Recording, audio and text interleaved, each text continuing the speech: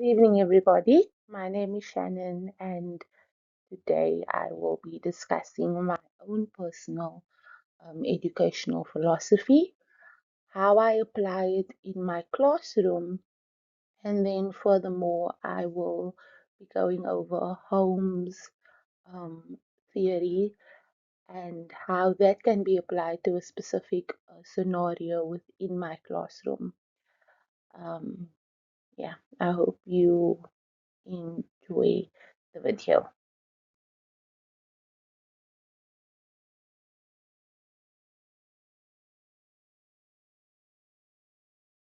So, I personally believe that education should always be learner centered.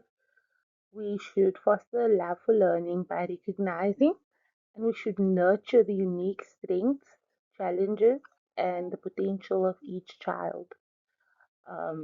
You know, many children have, especially in our context, have many learning barriers. And so, as a result, we need to be sensitive to the plight of the child. My approach integrates psychological insight, creative expression, and language development, which I feel is key to nurturing the holistic development of a child. I believe that this creates a inclusive, supportive environment where learners feel safe to explore, grow, and thrive.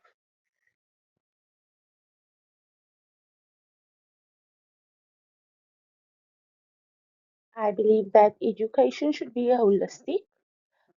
We should understand that education is not about academics only, but also emotional, social, and creative as well. If a child is not able to develop holistically, like we know according to Abraham Maslow, the child will not be able to learn. There should always be differentiation and inclusivity within the classroom. Within the South African context specifically, children are exposed to various socioeconomic differences, and as a result of this, some of them suffer with severe learning barriers. Because of this, we need to have inclusivity and differentiation in our classroom. We implement different strategies of teaching in our class so each child has the opportunity to learn. I strongly believe in the power of creative engagement. Creative engagement allows a child that is maybe not as academically inclined, however, leans towards a more creative approach to also thrive. And then empathy and connection. A very important part of education is understanding the learner you are working with and having an empathetic eye um, and ear for what they're going through. And the only way that this can be done is through connection with that specific learner and actually taking the time to make that connection with them. Now, how does this tie into my own personal values, you might ask?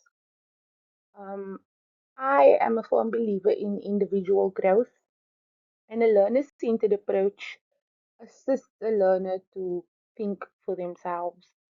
I believe in empowering each learner by recognizing their unique abilities and challenges. This aligns with my personal value of individual growth and self improvement. You can understand that education should be tailored to each child, right? So, if we are tailoring education to each child, we must believe that each child is able to grow independently and also contribute to their own learning. I believe in holistic development, and I also believe that this supports emotional well being. Um, when we integrate psychology, therapy, language development to nurture the whole child, it connects me to my value of mental and emotional well being. As you can see in education, not just in academic success, but also this fosters resilience as well. And children go through a lot in school. So, as a result of this, they need to learn resilience that even though things are hard, they can still push through and, focus on the academics. But this will only be achievable if we are able to holistically develop the child to be able to cope with traumatic circumstances within their lives.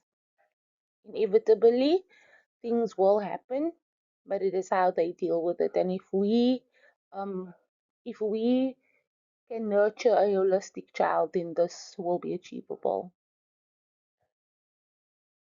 In my classroom, I also firmly believe in inclusivity and the value of equity and compassion in my classroom.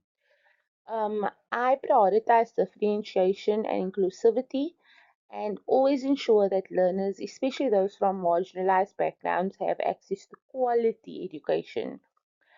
This reflects my personal value of equity and compassion. I am a firm believer of having compassion within the classroom and kind of trying to understand and make a difference where you can.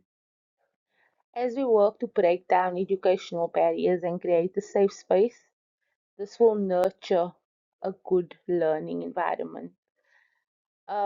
Literacy for me is fundamental to the cognitive as well as emotional development of a child. Literacy is very empowering and it allows children to express themselves.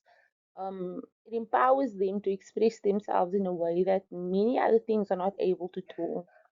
So, in my class, when I use with literacy, Kauko's creative and creativity and the value of self expression.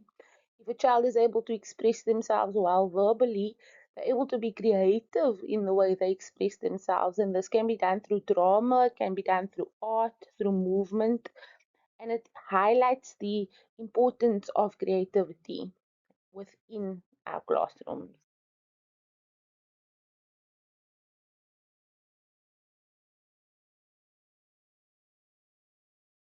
How does my personal philosophy manifest within my classroom, you may ask? I always have differentiated instruction in my classroom that promotes individual growth. Emotional well-being and safe learning environment is my priority. I believe in literacy as a foundation of learning, and this for me is where I prioritize, reading and literacy within my class. um, Creative engagement and holistic learning.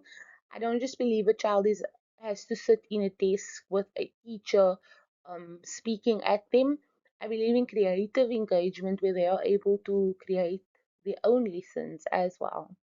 And then I also believe in a strong student-teacher relationship and mentorship that will then have a real life impact on the child, not just within the classroom.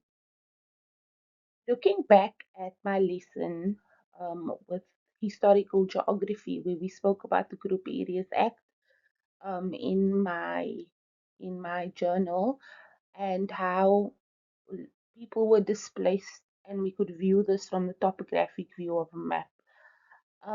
I believe, how do I teach historical geography ethically with a teacher-centered approach?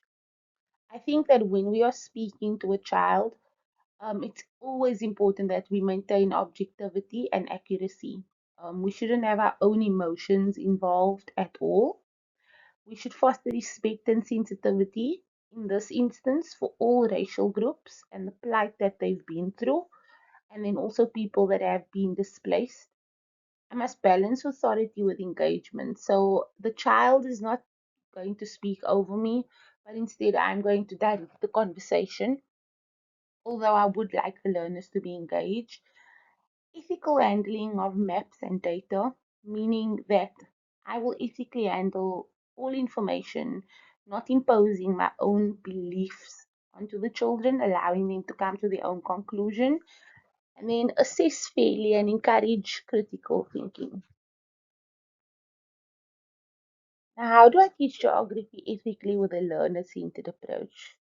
This is my favorite approach because it encourages inquiry based learning and quick critical thinking. So instead of me just speaking at the learner, I allow the learner to kind of think for themselves. I allow them to solve problems by engaging in problem solving activities. And then also, I like to encourage collaborative learning and peer discussions. And then, of course, when I guide the conversation, it always be guided into ethical sensitivity and inclusive perspectives, not highlighting any one particular racial or gender or religious group, but instead always being sensitive to each and every person within the room. I support the learner centered approach because I believe in active engagement and that the learner should take ownership of their learning. When a child is able to take ownership of their learning, they are able to have sort of autonomy over how they learn, what they want to learn, how much they learn. And it also gives them a sense of pride in what they learn. So, in turn, allowing them to actually learn the information and not memorize it. It has real world relevance and they can make personal connections when they are able to engage critically and then also allow them to come to their own conclusion of ethical sensitivity and inclusivity, with a teacher as the guide and not kind of the enforcer. In this portion, I will be applying Holmes' four-step meta model for ethical decision making. And I have a model dilemma here that actually happened in my classroom. So, a grade 9 learner with ADHD and a history of trauma had an emotional outburst during my geography lesson. The learner disrupted the class by shouting and refusing to engage. Other students felt unsettled, and I had to decide between disciplining the learner to maintain classroom order or handling the situation with empathy while balancing the needs of the rest of the class. Step one, Holmes would quote would be moral sensitivity. I need to recognize the issue. I need to look at what the ethical concerns are. So, for example, I need to also take into consideration the learner's emotional needs as well as the trauma history, right? The right of the students to to a productive learning environment is what I also need to take into account because yes, I need to take into account the child's trauma. However, I have 35 other students in my classroom that also have the right to learn without distraction. So, my duty as a teacher is to support all learners fairly and consider all stakeholders the learner in distress, the rest of the class, and also myself. Um, Step two would be moral judgment. I need to enforce discipline. However, I need to ensure that I do so in a way that is free from moral judgment. I need to enforce discipline option one would be to send the learner out. This maintains order in the classroom. However, it ignores the learner's emotional and psychological needs. Option two addresses the learner with empathy, allows them a moment to calm down and provide support, acknowledges trauma informed teaching, and supports the learner's needs, may momentarily disrupt the lesson. Option three would be balance both approaches. De escalate quietly, give space, then reinforce class expectations.